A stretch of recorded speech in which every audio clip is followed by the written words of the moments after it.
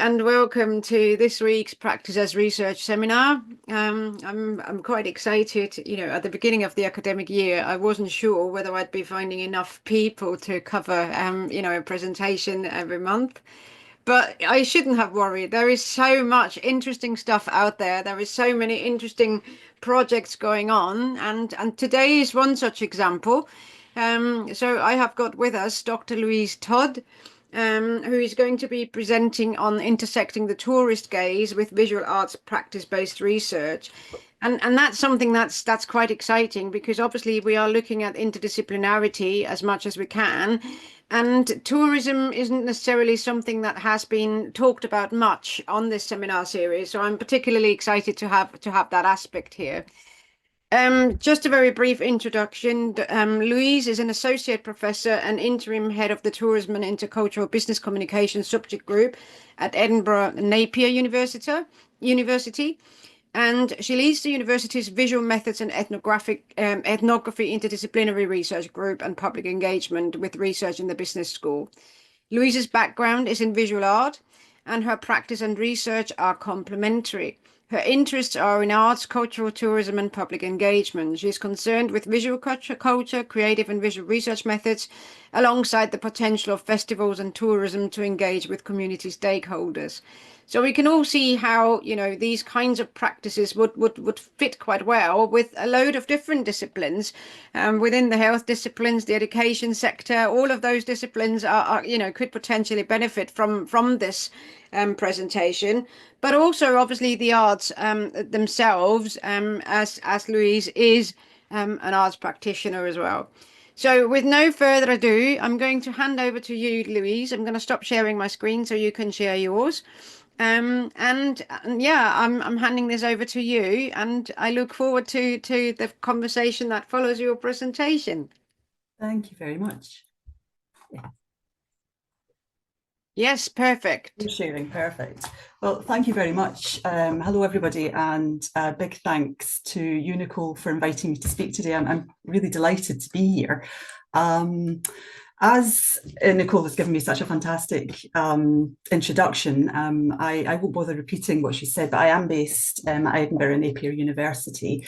I am based in the business school, and I'm quite often asked, how did I end up working in a business school? Because my background is originally in visual art. I studied fine art at undergraduate level, followed by a research degree in art and design back in the 1990s in Glasgow School of Art. And I worked across the sector, the art and creative industry sector thereafter, before returning to do a PhD study a bit later in life at Napier. And that was in tourism studies. And I used visual research methods within my PhD.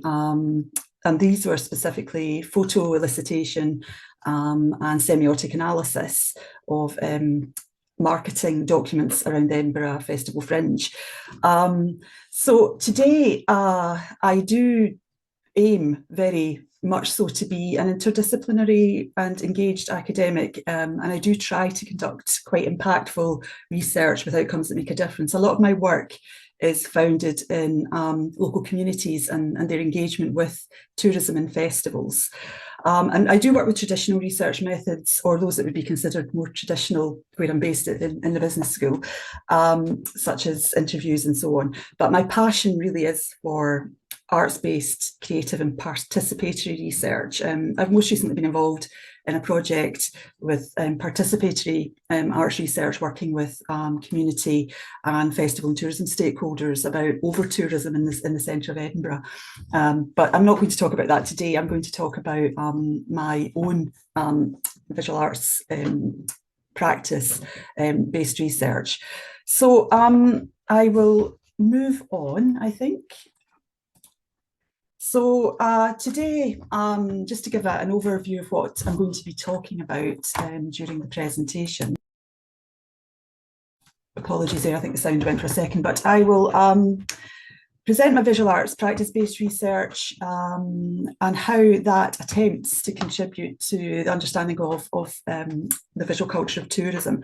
And much of the research in this area uses traditional approaches with publications focusing on interviews, surveys, observation, alongside some ethnographic, ethnographic work and so on, rather than creative practice as research. I've come across very little creative practice within the tourism sphere.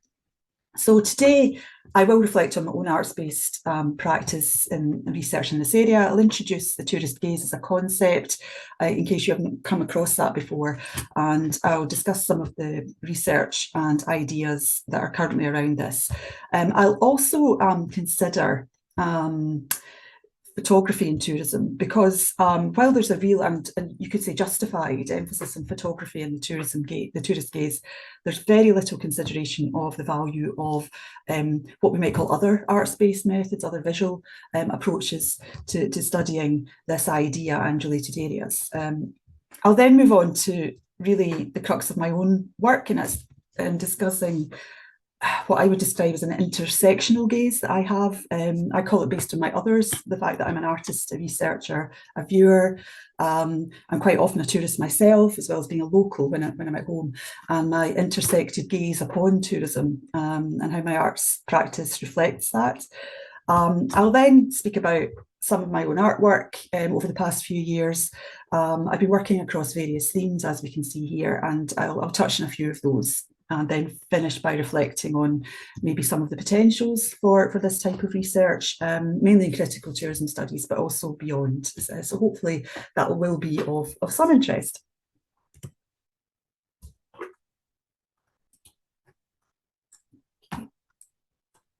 So yeah, so as I'm sure many of you will be more than aware, arts-based research methods can involve a whole range of creative methods, from visual art that I'm talking about today, to poetry or fiction, music, theatre, film, photography, and so on, amongst others. And what we could say is the value and benefits of arts-based research includes this ability to address research in a quite engaged and holistic way throughout the inquiry process.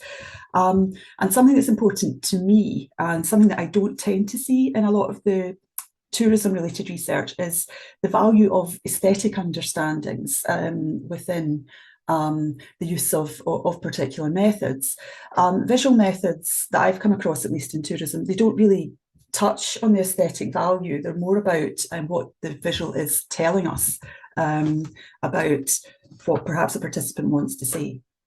So we're all aware of the power of the visual across cultures, that's historically, but also in our daily lives today. We've heard those sorts of phrases like "a picture's worth 1,000 words," and it's much repeated.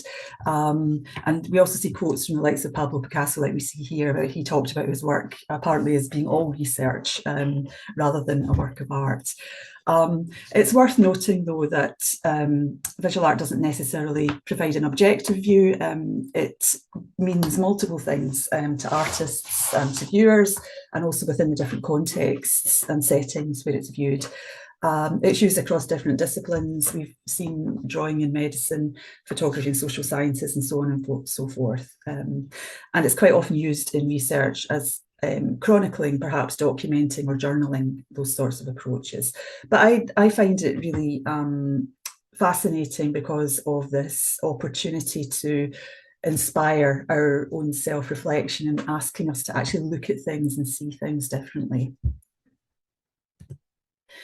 So when considering using visual arts practice, here are some of the key considerations that I would be thinking about. First of all, your approach can either be participatory or non-participatory. It could be that you're collaborating with different participants or people who are co-designing or co-creating the research with you.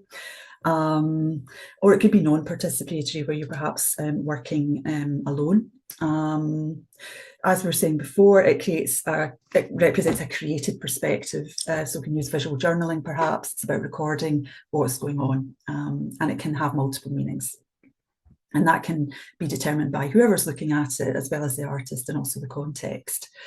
I like this quote from Leavy, which talks about the uniqueness of visual images and evoking particular kinds of emotional and visceral responses from people, being filed in the subconscious without the same conscious interpretive process that people engage in when confronted with a written text.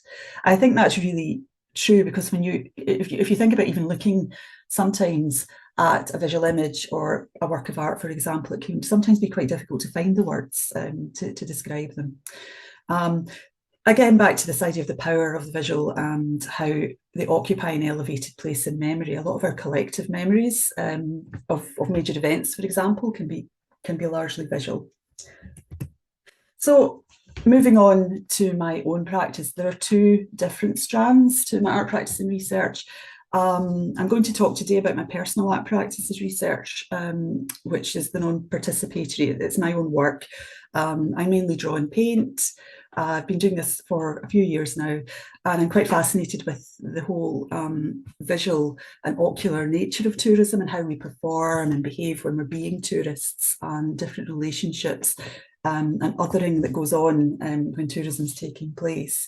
I'm also interested in some of the, I suppose, the more the larger contemporary discourses around tourism, and some of my work at the moment is concerned with ideas around over-tourism, around community engagement with tourism. The second approach I use is working with participatory research methods. In the past, I've been involved in designing walking workshops or walkshops with the Museum of Walking.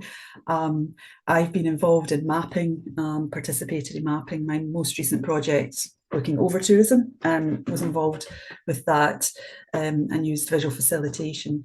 And the image on this particular slide is from a collaborative one-day research project I did with a community based in the southwest of Edinburgh, Wester Hailes, which is one of Edinburgh's most, and in fact Scotland's most deprived local communities, and it's well out with the centre of Edinburgh's very busy tourism and festival centre.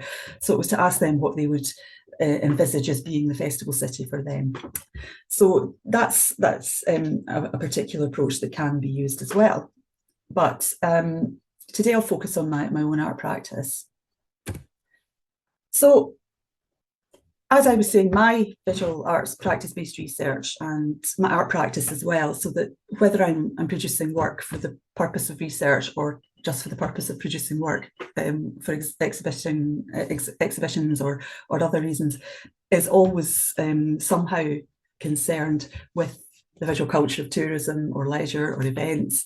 I'm quite fascinated, as I was saying, by the way that people perform in very visual ways. And I've got lots of photographs. I've been known to follow tourists about, taking photographs of them, taking photographs and so on.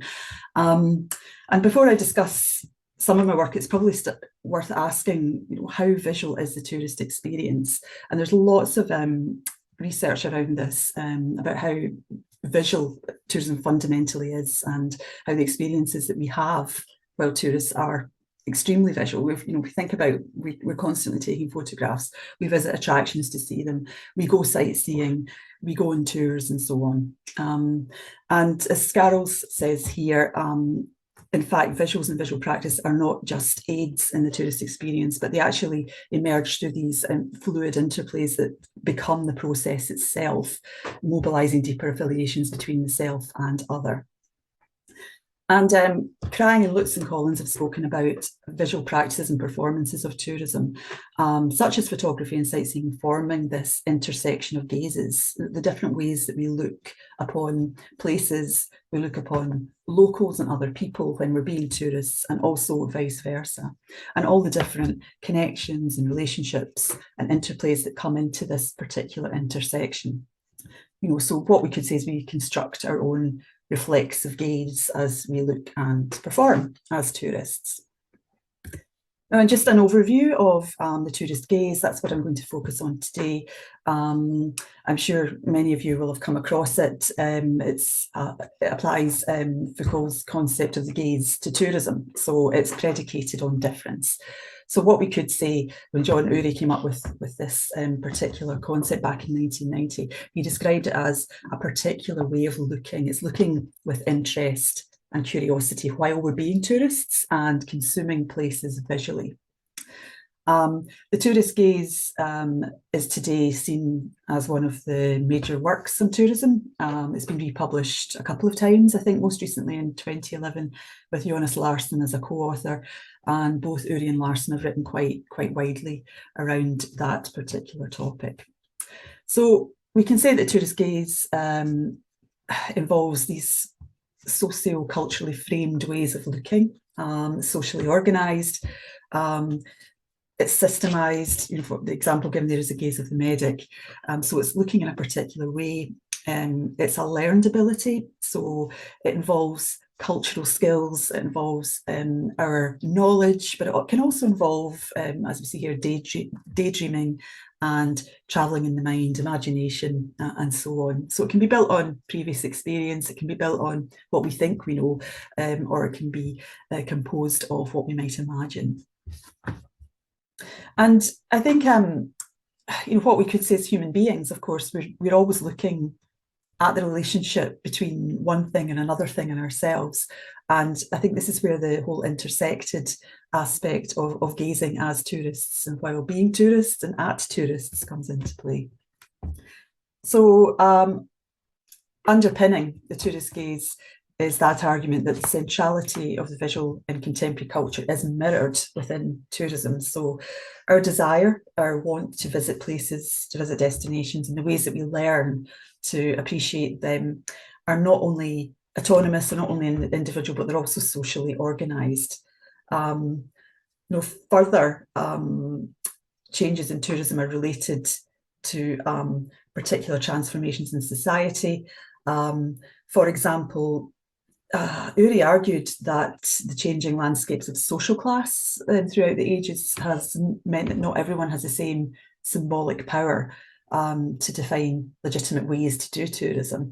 So we look upon the world through particular filters, and there are all sorts of aspects that can frame these filters or colour these filters, whether that's our gender, nationality, or age, or education. So in that sense, gazing becomes a performance that orders things and classifies. It doesn't merely reflect the world back at us. Now, the visual gaze is thought to organise our other senses in the way that we behave, and the performative aspect of that happens to us through doing this tourism photography, and that's something that is really at the heart of a lot of the research around the tourist gaze. And photography is, of course, a much researched visual practice of tourism, probably the most, I would think. And being concerned with the visual photographic practices have an important position in the tourist gaze and within discussions around tourism. And following from discussions and narratives from the likes of Roland Barthes, Susan Sontag, over the democratising force of photography on society and culture, some of the quotes that we see here from the late 20th century, the tourist gaze argues that photography has become enormously significant to tourism practice. In fact, it's constructed and formed by photography itself. So much of this discussion is from the late 20th century, emerged pre-internet, but we can reflect that today in our technology-driven postmodern digital world that this is possibly even more the case. You know, we all have phone cameras in our pockets, or most of us do. We have access to social media a lot of the time. We can communicate, broadcast, and share our images and our performances when we're being tourists.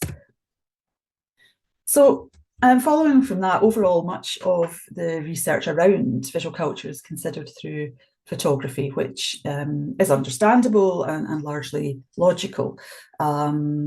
But there is very little consideration given to the nature of the visual, the aesthetics, or the deeper meanings in tourism. Back in 2008, John Tribe produced a paper which gathered a collection of artists' work that referenced tourism in some way.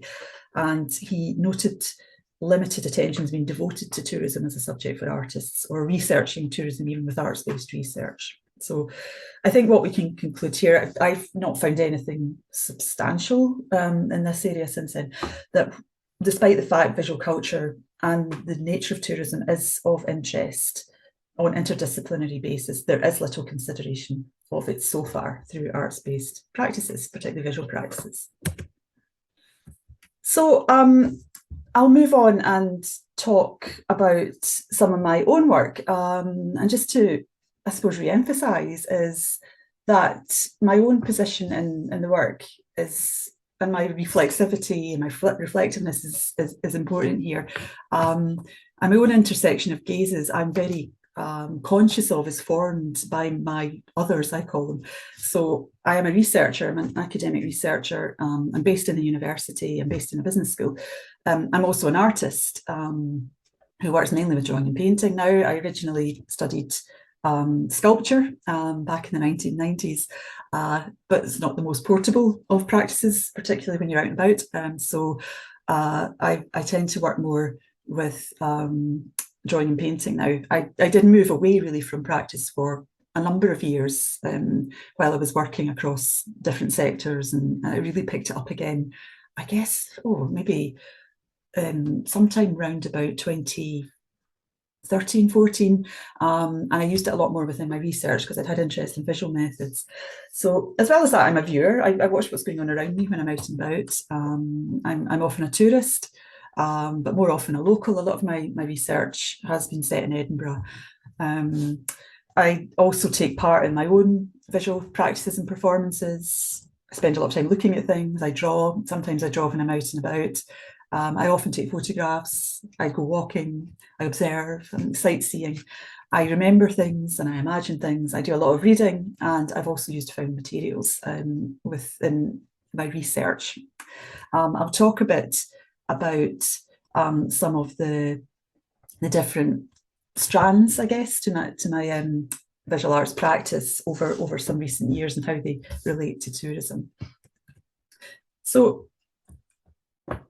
I think over the past 7 to 8 years in particular, I've been using my art practice to develop this approach to consider and extend photographically framed understandings of the visual culture of tourism, broadly based around the tourist gaze. And that's been through my arts-based research. This is quite an old piece of work now, but I returned really to doing a lot of drawing and observational drawing, in situ drawing around 2017, 2018. And a lot of my research has been focused on the festivalisation of Edinburgh. I'm sure many of you are aware, but in case you're not, Edinburgh is branded as a world-leading festival city. It's home to the biggest arts festival in the world, amongst other many festivals that all take place in the city centre, majority over the summer. So I'm also interested in these issues that are discussed around over-tourism, about community engagement and so on, and the use of space within the city. So this particular series of work, I've got lots of drawings and sketches like these, were of me being out on the streets during the Edinburgh Festival Fringe on the High Street while the Fringe was taking place, just to capture what was going on in some of the spaces. I was quite interested in walking and drawing some of the activity, the way the city was portioned up and being used in different ways. Moving on from that, towards the end of 2019, I got particularly interested. I was doing some ongoing research around this anyway, a continuing discussion in the local and national media around over-tourism in Edinburgh, commodification of public space. Now, this is something which isn't peculiar to Edinburgh. There's discussions like this going on across many European cities, and have been so since the mid-20 teens.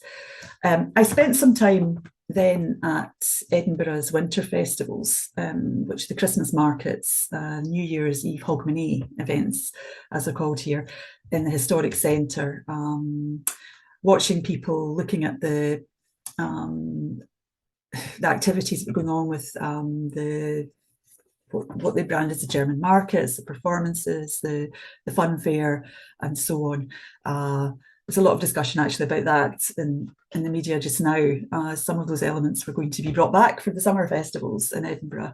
But I became interested just looking at these headlines, and I attended a big public debate that spoke about over-tourism and the problem with the impact on the environment of these particular events. So I started to draw people as they were in the space, enjoying it, picking up on some of the colours and so on. And that's just one example from that particular series. So that was back at the end of 2019 into early 2020. I spent a lot of time out and about, observing, drawing, taking photographs, creating paintings, and so on. Then, of course, came the COVID pandemic, as we're all very familiar with, back in early 2020. And this, to a certain, in fact, to quite a great extent, put a stop to me being out and about following tourists, enjoying them and watching where they were going and how they were performing, because there weren't any. So as we entered a series of lockdowns, and there being no tourists, or at least very few tourists, for quite a while, my work was forced to change. But around that time, I became concerned and interested in tourism photography, specifically from a historical and contemporary perspective. I started to work with different sources of images, such as historical photographs, referencing contemporary social media imagery, and creating drawings that kind of brought those two things together. And I think in retrospect, at the time I wasn't quite sure, but I think in retrospect this work became about our presentation of ourselves in tourism photographs, kind of contrasting the historical imagery with today's instant digital selfies, for example. Thinking about the way that tourists perform when they're in photographs, the importance or even the lack of importance of the places they are when they pose. Another aspect I was interested in here was photographic effects. A lot of the old photographs I came across were sepia tints, or Polaroids or Kodak, having a very particular look about them over the ages. So yeah, a lot of this work, it's not directly from photographs, it used photography and was influenced by photography. So there's just a few examples of work around that time. These are larger paintings that I created from the smaller studies. And I've exhibited these in various places and over various times since then. So yeah, like this one, for example, was my response, I suppose, to Kodak photography and what I was seeing. And this particular one is a painting I really enjoyed making, but it ended up being exhibited in the Royal Scottish Academy a couple of years ago, which I was absolutely delighted about. So yeah, so I'll move on. My more recent work brings together quite a few different ideas. And I think it's been developing over the past couple of years, and seems to now be very much more concerned with memories and imaginaries. I've titled this here as the not yet and the never was. I suppose after Mark Fisher's text on ontologies, he presents this idea related to the ghosts of future past haunting our contemporary existence and our contemporary culture. And I think that's a really interesting idea when it's related to tourism. Our concrete memories are slightly less tangible memories, things that we might have imagined or perhaps remember, and so on. So my work recently has been built around that idea. And a lot of this is ongoing work over the past couple of years. I largely work with oil paint for my final paintings, if you want to call them that, rather than the sketches and studies. And I work across different sizes and on different surfaces. I do go to a studio session every Friday, working with other artists, and it gets me away from sitting, thinking, working in my office, doing my usual stuff that I would have to do at work, dealing with students and colleagues and that sort of thing, or writing.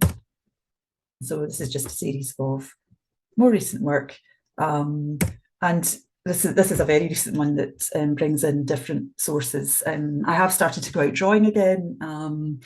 I was asked recently, why on earth have you got an ostrich in your painting?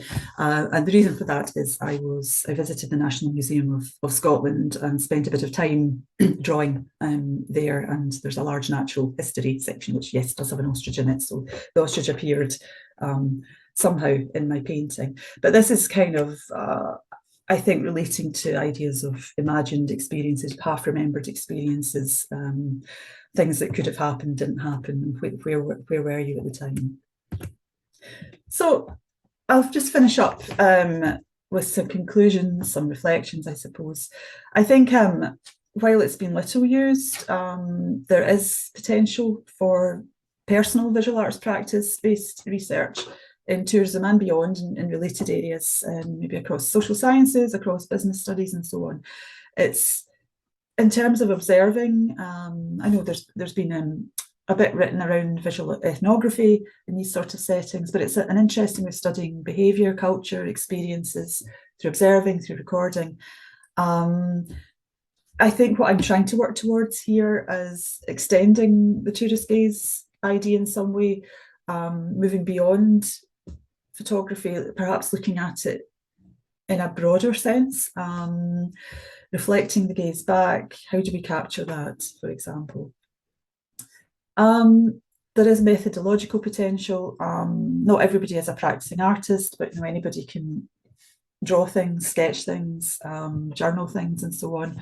And of course, there are the more participatory approaches for co-produced and co-designed types of outputs, which can be really rewarding and gather some really valuable and rich data. And also dissemination and exhibition of research creates lots of layers of engagement with viewers and others. There's some references. So that's really what I had to say today. So thank you very much. I'm more than happy to answer any questions or to discuss any of this further. Thank you very much, Louise. Thank you so much. It's been really, really interesting. There's a virtual round of applause already. So we can't see people necessarily, but there is a round of applause for you. So just to say thank you, really, really appreciate that. I have, I'm quite happy to kick off the conversation. I have got several questions. Anybody else, please feel free to kick in and come in anytime. But I'd like to kind of begin with the first part. Quite early on, you were talking about Picasso's statement, I've never made art. I've never made a painting as a work of art. It's all research. And you've obviously done a lot of painting and drawing on the basis of, having been out and about and like you say, observing and being part of it as well. The question for me is that research? Or do we need to have a research question? Or do you have a research question when you go out and paint these things, for example? So I'm interested in that relationship between the practice research and the role of the research question within that. Yeah, that's an interesting question. I don't think it's a particularly easy one to answer in some ways. I didn't say I was going to ask an easy question. I think for me, at the heart of it all really is why people are doing what they're doing, and performing in a particular way while they're at leisure and being tourists. And I think it's framed by so many different influences, personal, cultural, historical and contemporary. And I think that's really at the core of everything that I'm doing, whether it's when I'm thinking about I'm doing research or am I practicing art or am I doing a bit of both? And a lot of the time I'm doing a bit of both personally. I know that I want to produce a finished piece of work that is satisfying, whether or not it's an accomplished or good piece of work in terms of the aesthetics or the values. I feel it needs to satisfy me in terms of what I was trying to do with it. At the same time, a lot of the visual approaches I use, I'm constantly sketching and observing and taking photographs and so on, are about these issues within the tourism sector that I'm interested in, such as I've been involved in, as I've mentioned a couple of times, I think, in a project around over-tourism and community engagement with tourism is something that I'm particularly interested in. I live in a city which is unusual in the sense that it has such a huge arts festival sector, but concentrated in a small historic UNESCO heritage site. Meanwhile, there are some very deprived areas around the city that don't see any of that taking place at all.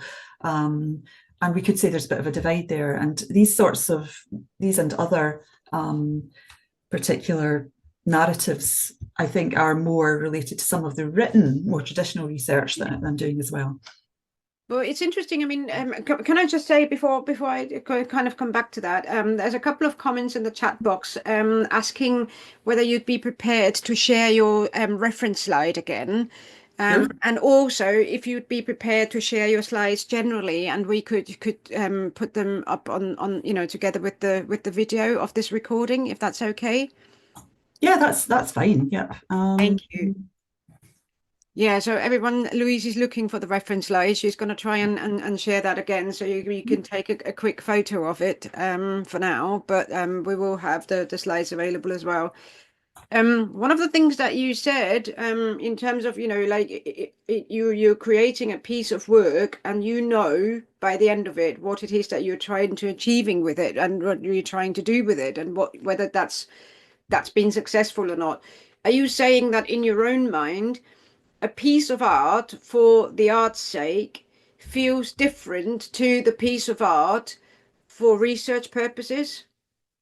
When it's a piece of art, for me, no, it doesn't. For my own satisfaction, but I know there's so many different opinions on that, I would think. But for me, no, it's important that I'm producing a piece of art. Yes. But there's so much that goes into that beforehand. It's all the research that precedes that is what creates that piece of art at the end. Which, yeah, I think does that answer the question? Yeah, no, I think it does. Yeah, I mean, I'm just interested in kind of having this conversation because I've talked to a number of people around that similar topic, and it's very interesting to see how each individual fleshes that boundary out for themselves between the practice and the research and what constitutes practice as research. Yeah. David, please come on in. Oh, yeah, people. So here is the slide with the references. David, please come on in. Oh, hi everyone. I only just figured out how to raise my hand through the physical act of raising my hand and the camera sensing it and putting a raised hand icon. Thank you very much, Louise. A lot of it went over my head because I don't have the background in the sort of material that you clearly have. But one thing that does strike me so my question to you is, have you explored the relationship between the tourist gaze and the colonial gaze in things like thanatourism, whether it's 9/11 or whether it's the Rwandan genocide? And what, if you were to, what sort of methodology might you ponder for such an exercise? Doing it, so I love photography, so that would be my only medium. I have no artistic skills with my actual, hands and stuff. I was wondering what you thought. That's interesting. And first of all, a lot of artists would argue that anybody can learn to draw. So you may have artistic skills with your hands. You just haven't explored them fully yet. I haven't actually, in terms of answering your question, I haven't considered doing research around the colonial gaze or thanatourism. There is a lot of research out there. And I do actually have a colleague who does a lot of research around thanatourism, or dark tourism, as he terms it. And he's looked at photography in that setting, but through more traditional ethnographic written research. But I think it would be something very interesting to consider if I was to start to think about maybe some of the greater narratives within tourism. But as yet, no, it's not something I've looked at. So if you were to ponder that and not do it from the wordy kind of an approach which I'd like to escape from, what would the subject be, and how would you be framing them as an artist yourself at a conceptual level? I mean, whether it's photography or oil painting or, you know, whatever medium we might use, what would you be? How would you frame it and target it? And, you know, that's a difficult question to answer because it's not something I've considered before, but I would imagine, work from the sorts of sources I normally would, whether that's written texts, photography, memories, film experience, and draw some of those particular ideas together. I don't imagine that the colonial gaze is something that you could just wander about and draw in the streets by observing people, certainly not where I am specifically. But I think it would probably need to come from a lot of different sources. But it's interesting that you're talking about, you know, the kind of the tourist gaze, the colonial gaze. I think there is something there about just, you know, like making the familiar unfamiliar, right?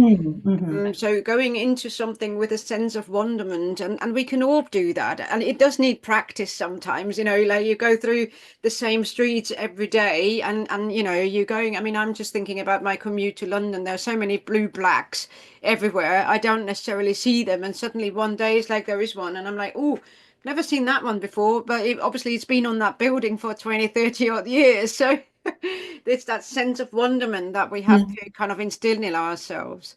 Can I just bring in Caroline at this stage? David, I'm quite happy to come back to you, but I know that Caroline has got a question. Absolutely. So I'd like to bring Caroline in at this stage, please. Hi. My question was really, I was interested in, you were talking about drawing on the streets during the Edinburgh Festival, and I think you talked about kind of, you know, capturing a visual moment.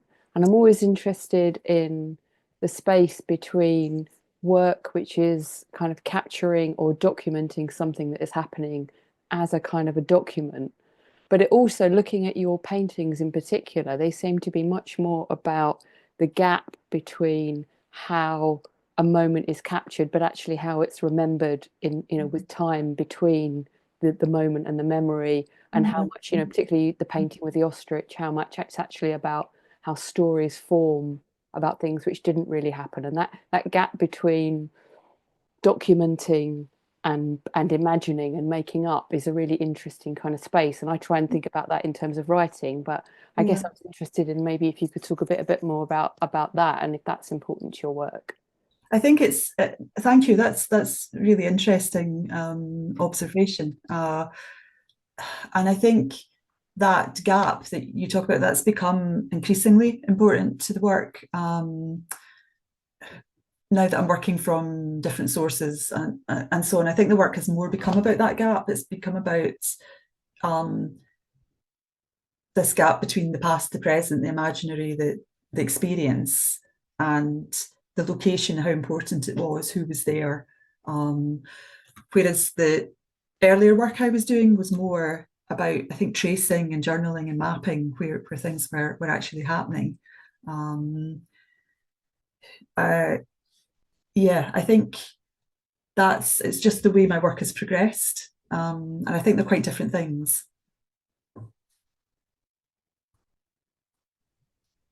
Thank you very much. Thank you, Louise. So I have got Caroline, did that answer your question? Is that okay? Or did you want to come back in? Yeah, no, I mean, it's sort of a question and a comment, and just I think I was interested in how I could sort of almost see from the slides that you put up that the work seemed to become less tied to, like reality as it's gone on.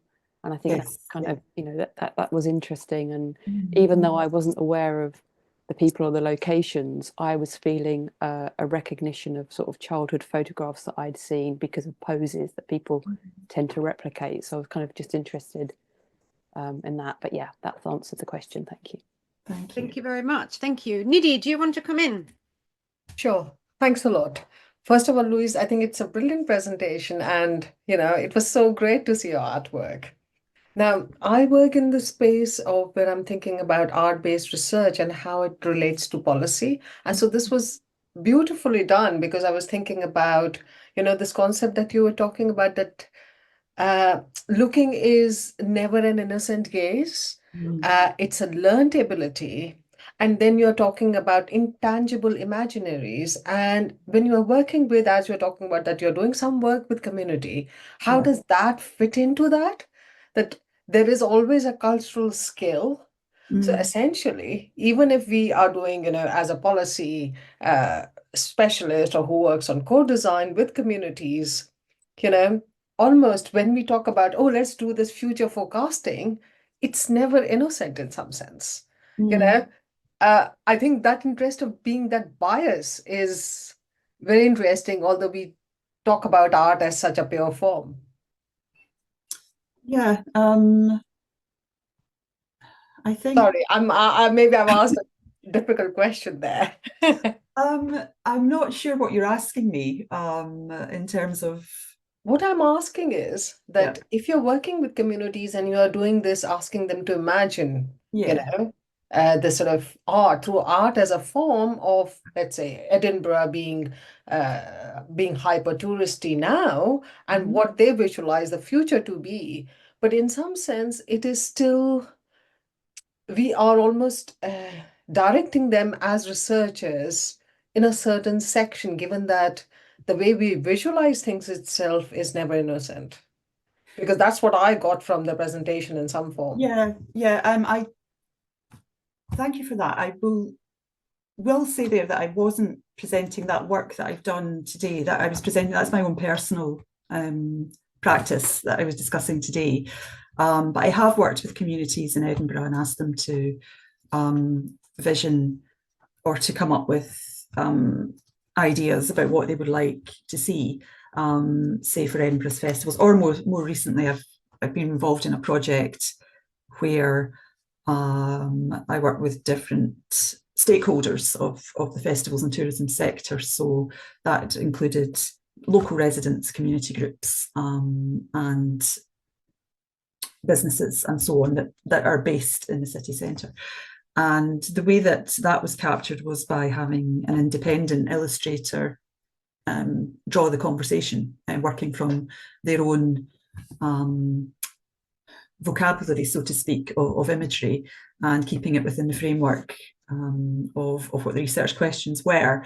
So they're both quite separate strands to my research. I've never actually used my personal practice in terms of working with communities, but I've been involved in projects where members of communities have contributed creatively to outputs, I think, so to speak.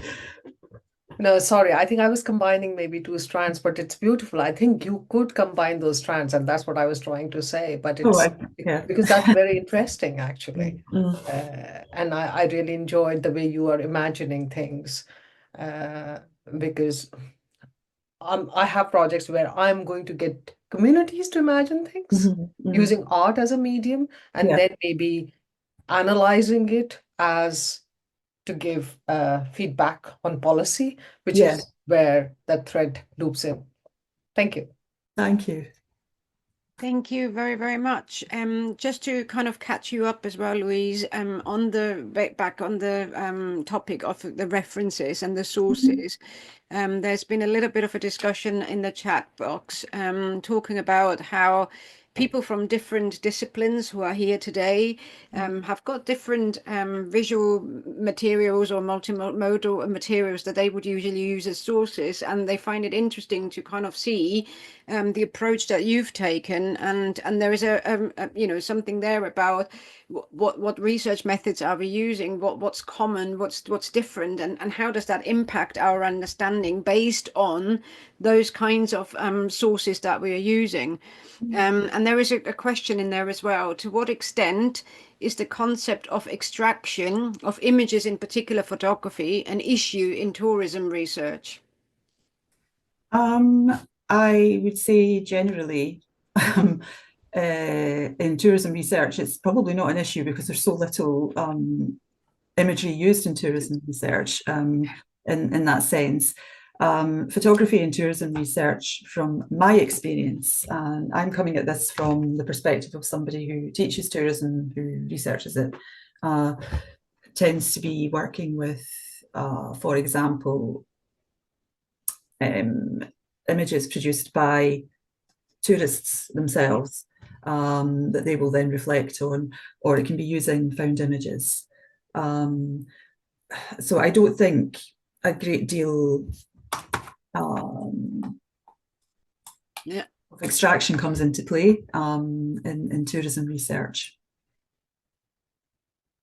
Yeah, no, I mean, I agree with you. So when I wrote my photo voice book, you know, about, you know, like trying to basically teach people about photo voice as a method and as a framework, you know, I was also trying to look at as many different projects from different disciplines as possible, so that it wouldn't all be just like health or just education.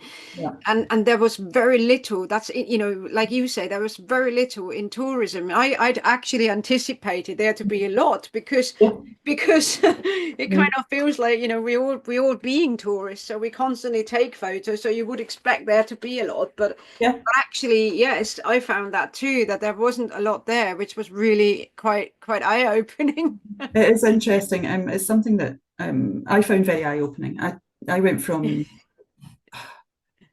having studied visual art, having studied a bit of art theory when I did my master's, a number of years of working across festivals, at the arts and so on, to suddenly finding myself, and it was quite suddenly finding myself studying a PhD in tourism in a business school, where I'd never studied in that kind of setting before.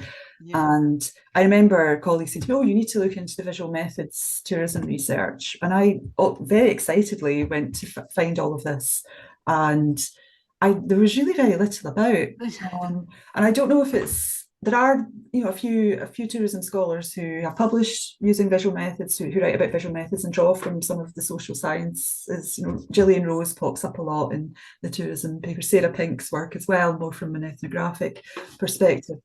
But I don't know if it's partly because so many tourism subjects, at least in the UK, are based in business school kind of settings, that people, I'll be completely honest, some of the people I work with in a business school, I'm sure think I'm completely bizarre, and just they think what I'm doing is kind of vaguely interesting, but probably not proper research. And that's a terrible thing to say, but I can give an example. One of my PhD students, who's now graduated eventually, was applying. She was planning to use photo voice in her thesis, in her PhD research. Her research was about the experience of women working in the festival sector in terms of career progression. And it took almost 3 months for her research ethics approval to go through, precisely because she was wanting to use photographs.